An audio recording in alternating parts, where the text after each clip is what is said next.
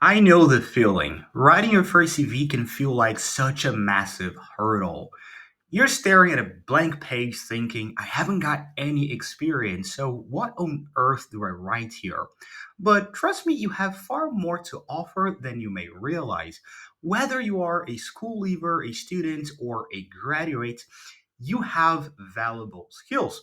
And in this video, based on expert advice, I'm going to walk you through exactly how to build your first CV that gets you noticed. First, let's start with the CV format. Since you don't have a long career history, we're going to use a structure that highlights your potential.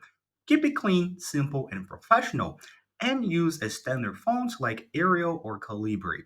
And also be sure to keep your CV in just one page. More than that, and recruiters might not even read it. Got that? Good.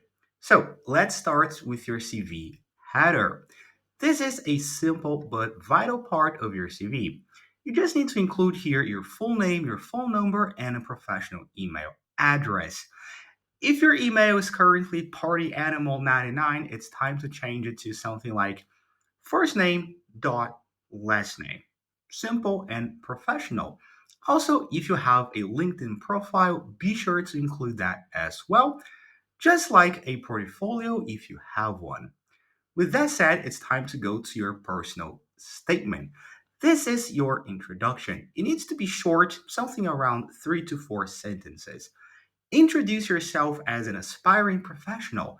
Mention your education, your top objective, something like motivated or organized, or whatever you think describes you well.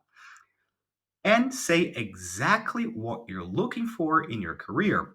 For example, a motivated computer science graduate, passionate about solving technical problems and seeking an internship opportunity. Now, because you might not have a formal job history, your education is going to work even harder for you in your CV. So let's talk about your education in your CV. List your school or university, the dates you attended, and your qualifications. If you haven't graduated yet, that's okay. You can just put your estimated graduation date. But don't just list your academic titles. If you did any kind of relevant coursework like business communication or web analytics, for example, you can definitely list those modules. Also, feel free to include anything else that you feel is relevant to the job you're applying for. Something like courses, certifications, achievements, or anything else, as I said, that you think is relevant. These things prove you have the knowledge the employer needs and also makes you stand out. With that said, it's time to talk about your experience. And I know what you might be asking yourself here, but I have no experience. I hear you say. Actually, you probably have more experience than you realize. Have you ever done an internship or just a volunteer work? Helping out at a family business, for example, or a school project. So it all counts to your CV work history. Don't think that work history is only about working from 9 to 5 from Monday to Friday with a full time job. No. So, if you have any of the things that I mentioned, like volunteering or internships, be sure to include them in your CV following the following tips. You just need to add your role, your organization, the dates of employment, and a key achievement. For example, helped raise £500 for shelter improvements. Focus on what you achieved, not just what you did. Also, use numbers if you can because they help prove the impact that you delivered.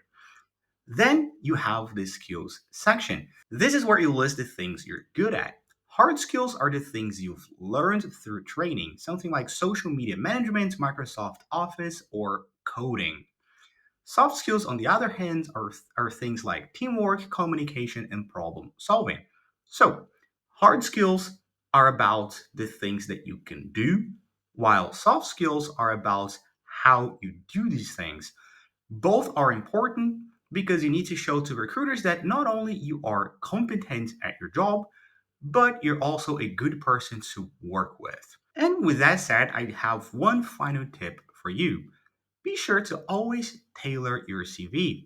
If the job asks for teamwork, make sure teamwork is listed in your skills section. If it asks for something like attention to detail, mention that in your personal statement. So you have the steps and now you have the structure. Go get that job. And in case you would like to read more advice, be sure to read our full article on the topic, full of examples that you can check out, and also more advice from a career expert and certified professional CV writer. Thank you very much for watching, and I wish you the best of luck. If you have any questions on the topic, be sure to leave a question in the comments, and we're going to answer it as soon as possible. Also, feel free to subscribe to our channel to get more content like this. So, again, good luck and take care. Bye bye.